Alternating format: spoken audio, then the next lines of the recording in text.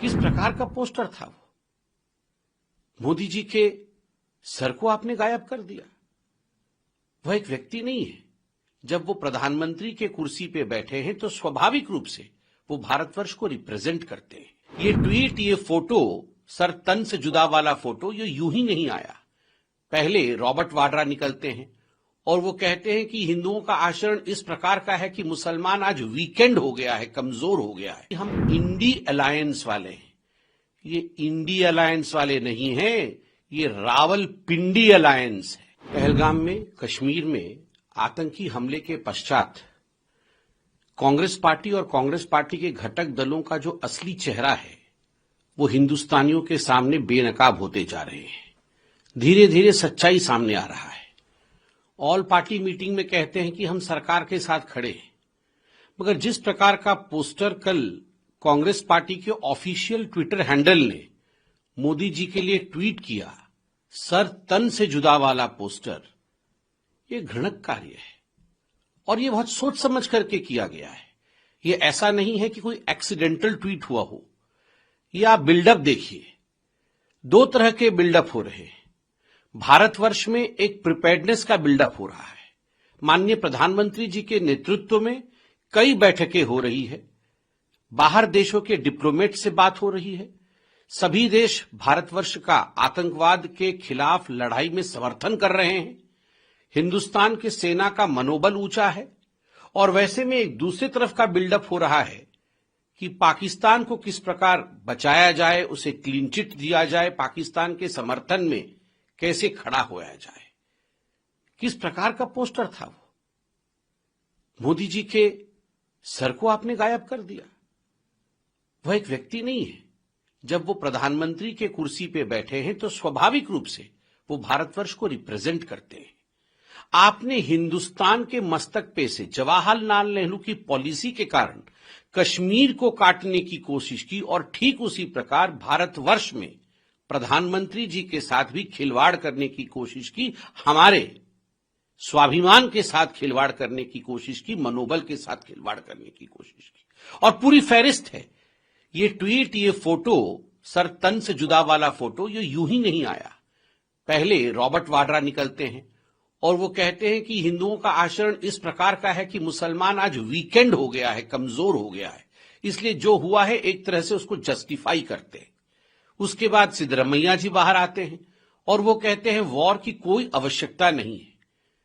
तिम्मापुर जी बाहर आते हैं और वो कहते हैं कि मुझे किसी प्रकार का इसमें संशय नहीं है कि धर्म नहीं पूछा गया और आतंकवादियों ने बिना धर्म पूछे गोली मारी है। अब हमने देखा सैफुद्दीन सोज, जो कांग्रेस पार्टी के मंत्री भी रह चुके हैं, बहुत बड़े नेता है कश्मीर के, वो कहते हैं इंडस वाटर ट्रीटी यह पाकिस्तान की लाइफलाइन है। भारत सरकार को कदाचित पानी नहीं बंद करना चाहिए। जम्मू कश्मीर से जो पानी जा रहा है, भारत से जो पानी जा रहा है पाकिस्तान के लिए, उस पानी को बंद नहीं करना चाहिए क्योंकि ये उसका लाइफलाइन है। और पाकिस्तान अगर कहे कि उसने हमला नहीं किया है तो पाकिस्तान की बात को एक्सेप्ट कर लेना चाहिए, उसे मान लेना चाहिए। शेख आमिर, जो एक बड़े नेता है जम्मू कश्मीर के, खास मित्र है राहुल गांधी के, वो कहते हैं ये देश तो अल्लाह भरोसे चल रहा है, इस देश पे तो डेमोक्रेसी है ही नहीं, भारतवर्ष में डेमोक्रेसी नहीं है। उस प्रकार के अल्फाज कांग्रेस के एक बड़े नेता के।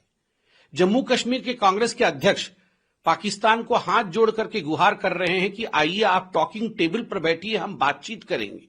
और तो और मैंने यहां पूरी फहरिस्त बना रखी है। मणिशंकर अय्यर जी कह रहे हैं कि ये जो कुछ भी हुआ पहलगाम में, ये एक मैनिफेस्टेशन है अनरिजॉल्व्ड क्वेश्चंस का, पार्टीशन के समय।